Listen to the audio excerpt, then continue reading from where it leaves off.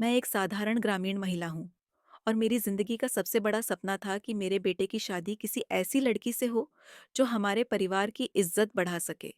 मेरा बेटा राघव एक पढ़ा लिखा और समझदार लड़का है, लेकिन उसके दिल में किसी और के लिए जगह थी। उसने मुझसे कहा कि वह श्रुति नाम की लड़की से प्यार करता है। मुझे श्रुति के बारे में पता चला तो मैंने महसूस किया कि वह हमारे परिवार की परंपराओं और जीवन शैली के लिए उपयुक्त नहीं थी। राघव को समझाना मुश्किल था, लेकिन मैंने उसे समझाने की पूरी कोशिश की। बहुत जिद के बाद मैंने उसकी शादी एक सीधी सादी लड़की, आर्या, से तय कर दी। आर्या एक घरेलू, संस्कारी और बड़े बुजुर्गों का सम्मान करने वाली लड़की थी।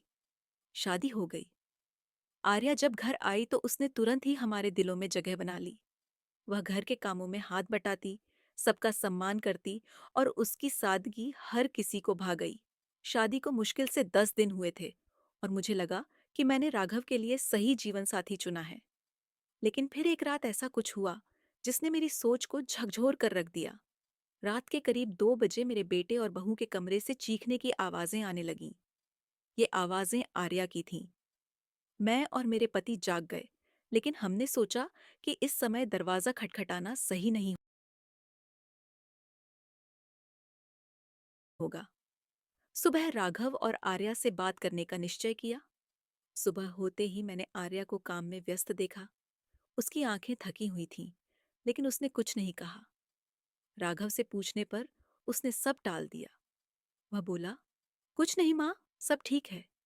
उसकी बातों में कुछ छिपा हुआ था। मैंने आर्या से भी पूछा, लेकिन उसने भी कुछ नहीं बताया। फिर अगली रात वही हुआ। ठीक 2 बजे फिर आर्या के चीखने की आवाजें आने लगीं।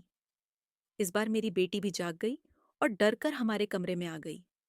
उसने कहा, मम्मी, भाभी के कमरे से ये आवाजें क्यों आ रही हैं? मैंने उसे शांत कराया और सुबह तक इंतजार करने का फैसला किया। लेकिन यह सिलसिला रुकने का नाम ही नहीं ले रहा था। हर रात 2 बजे आर्या रोने और चीखने लगती थी। एक रात करीब 2 बजे आर्या कमरे से बाहर आ गई। उसके बाल खुले हुए थे, कपड़े अस्त व्यस्त, और वह आंगन में बैठकर जोर जोर से रोने लगी। उसका यह हाल देखकर हम सब डर गए। राघव ने बताया कि यह हर रात ऐसा ही करती है। अगले दिन मैंने फैसला किया कि आर्या को उसके मायके छोड़ आना चाहिए। मैंने उसकी माँ से बात की, लेकिन उसकी माँ ने कहा, मेरी बेटी तो ऐसी बिल्कुल नहीं है, आप गलतफहमी में हैं। इस बीच राघव घर में बार बार कह रहा था कि वह अब आर्या के साथ नहीं रह सकता। मैंने अपने बेटे से कहा कि यह फैसला जल्दबाजी में नहीं करना चाहिए। आर्या मायके चली गई। 3 महीने बीत गए, लेकिन उसके परिवार की ओर से बार बार फोन आते रहे। मैंने हर बार बात टाल दी। एक दिन अचानक आर्या अपने सामान के साथ हमारे घर लौट आई। वह आते ही मुझसे बोली, माँ जी, मुझे पता है कि आप मेरे बारे में क्या सोच रही हैं, लेकिन मैं आपको सच्चाई बताना चाहती हूँ। राघव उसे देखकर गुस्से से भर गया। उसने कहा, ये यहाँ क्यों आई है? मैं इसे यहाँ नहीं रहने दूंगा। आर्या ने मेरी तरफ देखा और कहा, माँ जी, क्या आप जानती हैं कि मैं ऐसा क्यों करती थी? मैंने उसे शांत होकर बात करने का मौका दिया। आर्या ने बताया, शादी की पहली रात से ही राघव ने मुझसे कहा था कि मुझे इस घर से बाहर जाने के लिए यह सब नाटक करना होगा। वह चाहता था कि हम दोनों शहर में जाकर अलग रहें। वह जानता था कि अगर मैं ऐसा करूंगी तो आप लोग डर जाएंगे और हमें अलग होने की इजाजत दे देंगे। पहले तो मैंने मना कर दिया, लेकिन जब राघव ने मुझसे बात करना बंद कर दिया तो मुझे उसकी बात माननी पड़ी। मैंने यह सब सिर्फ उसके कहने पर किया। आर्या की बात सुनकर मैं अंदर तक हिल गई। मेरा बेटा, जिसने मुझे हमेशा समझदार और ईमानदार लगता था, इतना बड़ा छल कर सकता था। मैंने राघव को डांटा, तूने अपनी पत्नी को ऐसी स्थिति में डाला और अब उसे छोड़ने की बात कर रहा है?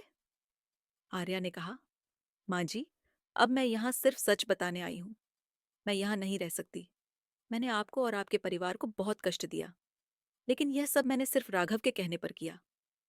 मैंने उसे गले लगाते हुए कहा, बेटी, तूने जो किया वह गलत था, लेकिन जो वजह थी वह और भी गलत थी। यह घर तेरा है और तुझे यहाँ से कोई नहीं निकाल सकता। राघव ने कहा, अगर इसे यहाँ रखना है तो मैं इस घर में नहीं रह सकता। मैंने उससे कहा, तू इस घर में रहना चाहता है या नहीं, यह तुझ पर है। लेकिन आर्या इस घर की बहू है और रहेगी। धीरे धीरे सब ठीक होने लगा। राघव को भी एहसास हुआ कि आर्या उसकी सच्ची साथी है। अब मुझे पूरा यकीन है कि मैंने अपने बेटे के लिए सही जीवन साथी चुना। तो दोस्तों, यह थी आज की कहानी। अगर आपको यह कहानी पसंद आई हो और आप ऐसी ही भावनात्मक और प्रेरणादायक कहानियां सुनना चाहते हैं, तो हमारे चैनल को सब्सक्राइब करना न भूलें। साथ ही वीडियो को लाइक करें और अपने दोस्तों और परिवार के साथ शेयर करें। आपकी प्रतिक्रिया हमारे लिए बहुत मायने रखती है, तो कमेंट में बताइए कि आपको यह कहानी कैसी लगी। मिलते हैं अगली कहानी में, तब तक के लिए नमस्ते।